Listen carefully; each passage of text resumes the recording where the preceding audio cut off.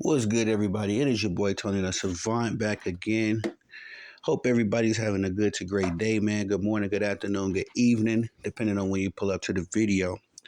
Ladies and gentlemen, before we get started, I do ask that you hit the like button, subscribe, comment, hit the notification bell as well, so you can be notified when I'm dropping content and going live on the channel. Uh, that little bit of help goes a long way on the channel, and I just want to say big thank you to everybody that has shown love and support thus far.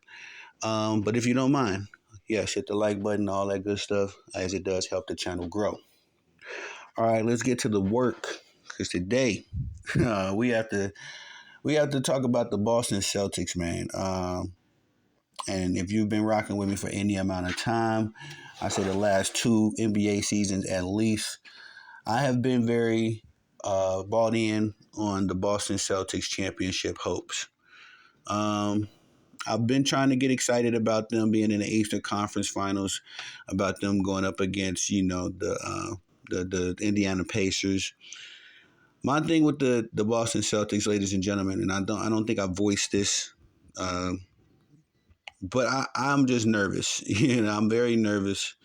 I love how dominant they look right now. That it's almost uh, the dominance that they've been displaying in the NBA playoffs is on par with the 2001 Lakers, um, the 2017 Warriors. You know what I mean? These dudes are just doing whatever they want in the playoffs. They're blowing teams out. Last night, in order to take a 3-0 lead in the Eastern Conference Finals, they had to dig a little deeper, play a little different. They had to fight from behind. I think they was down close to like 25 points at one point. I tuned out. I began watching the Indiana Fever versus Las Vegas Aces game, which I'll be covering in the next video. But yeah, at one point I thought the Boston Celtics was just gonna lay an egg. We've seen that from them before, as they lost the game to a shorthanded Miami Heat and also a shorthanded Cleveland Cavaliers team. Um, so I figured they might lay an egg one of these games. Might be this game. Might even be game four. But they were able to storm back. I did. I was able to enjoy the last of the comeback as I tuned to the game. I tuned back into the game around the fourth quarter. It was about the fourth quarter mark. Indiana still had a small lead, but Boston had the momentum. I do not have the stat sheet in front of me. Of course, I take my notes, y'all know. But I just kind of started this video on the whim because sometimes it ain't about the numbers. And with the Boston Celtics, it's purely that. It is purely that with the Boston Celtics. I don't care what they do statistically. I don't care what they put up number wise. What I need from these guys is a championship. I think everybody is on the same page when it comes to these Boston Celtics. I do feel like some of the criticism that Jason Tatum and Jaylen Brown has received has been a bit, harsh, somewhat unjust, but nonetheless, with all things considered, with this team currently constructed the way it is, um, all bets are off, man. The Boston Celtics are literally a championship or bust team. And so excited as I want to be that they have, taken this commanding lead and are it's looking like they're going to represent the Eastern Conference in the NBA Finals. I just can't really get that excited yet. Um, One, because the Pacers were without Halliburton. They got a very strong effort from Nembhard, the young guy. I believe his name Andrew Nembhard. Big effort. I believe he put up 25 plus points. Again, sorry guys if I get the numbers, if I'm butchering the numbers. Not just him though. Siakam and Miles Turner kind of started the game, trying to get busy and get the Pacers, some sort of resilience. With the circumstances being against them. Of course, Boston was the favorite to win this series by a landslide. But I appreciated how the Pacers came out and they were feisty, they were strong, again, resilient. But just not enough firepower, not enough manpower to go up against a fully healthy, mostly Boston Celtics team. We all know that the Boston Celtics are still without Kristaps Porzingis.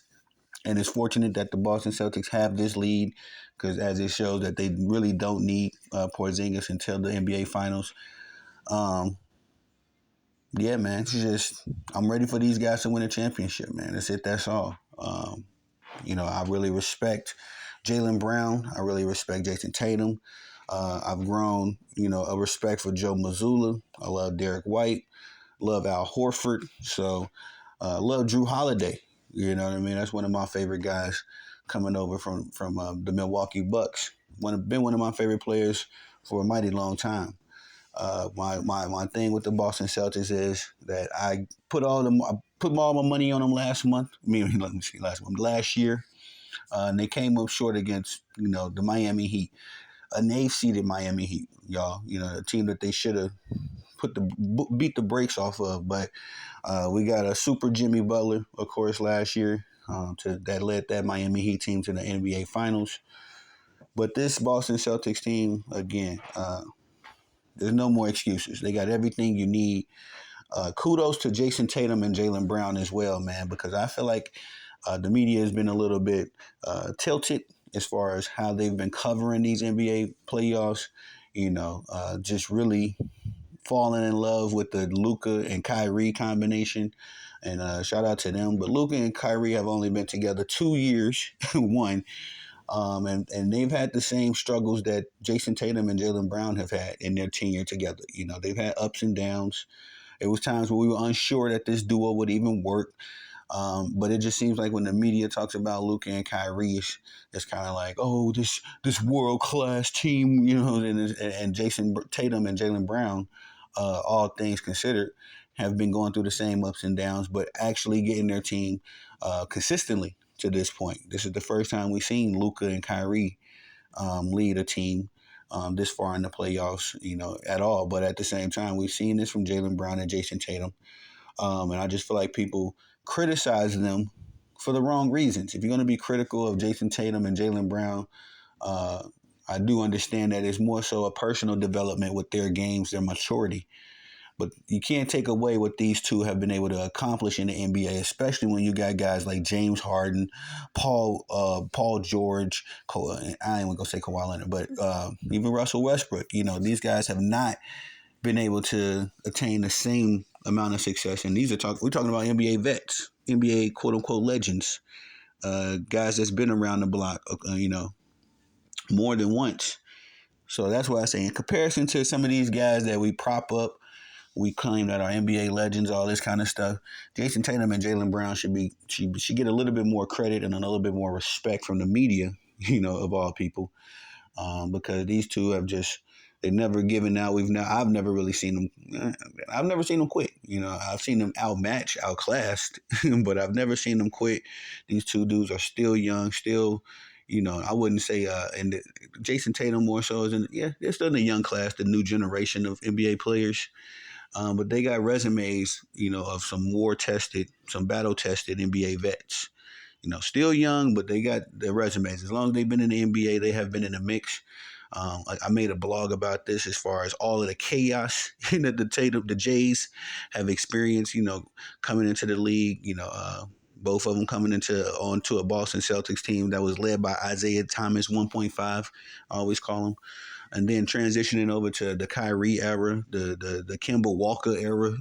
These guys have dealt with so many different versions of the Boston Celtics team that is kind of unfortunate, that they've been just had so much criticism at their doorstep. They've been able to find success with all these teams as well. I think they led the Eastern Conference. These two youngsters led the Boston Celtics to the Eastern Conference Finals. Went toe to toe with LeBron James, and they did all of that without Kyrie. Kyrie was on the team, and Gordon Hayward at that time. I almost forgot Gordon Hayward played with them as well. These two, without their two marquee superstars or stars that was supposed to lead them, were able to take their team just as far. without them. So again, I just feel like Jason Tatum and Jaylen Brown, when you go down their resumes, it's just all respect. You know, for me, I got to take my hat out to these dudes, especially considering how young they are. If Jason Tatum and Jaylen Brown played until they was 40 years old, you know, they would have an amazing start to some projected, you know, we're just projecting here to some Hall of Fame careers. You know, they had a very amazing start. So if they're able to get to the top of the mountain this year, I'll be very well invested. Very proud of these two. Very proud of the Boston Celtics organization. You know, one of the legendary sports franchises in all sports, not just the NBA.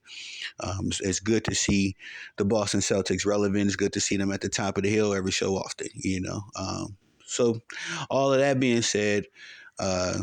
Congratulations to the Boston Celtics, but like I got to quote Kobe, the job's not finished. You know, the job's not finished.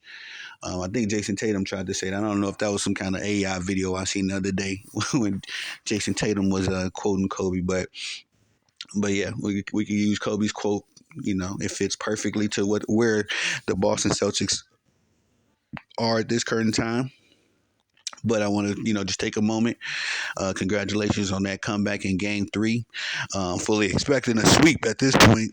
I don't think there's been any update on Tyrese Halliburton's status, but even with that kid, you know, what I'm saying they've been the Boston Celtics have been able to dominate. So all in all, we'll be tuned in for Game 4 for sure. That's all I got for y'all on this one. Please hit the like button, subscribe, hit the notification bell, comment. The notification bell so you can be notified when I'm dropping content and going live on the channel. Little help goes a long way. Just a big thank you from me. Thank y'all so much for all the love and support. That's all I got for y'all on this one. Peace.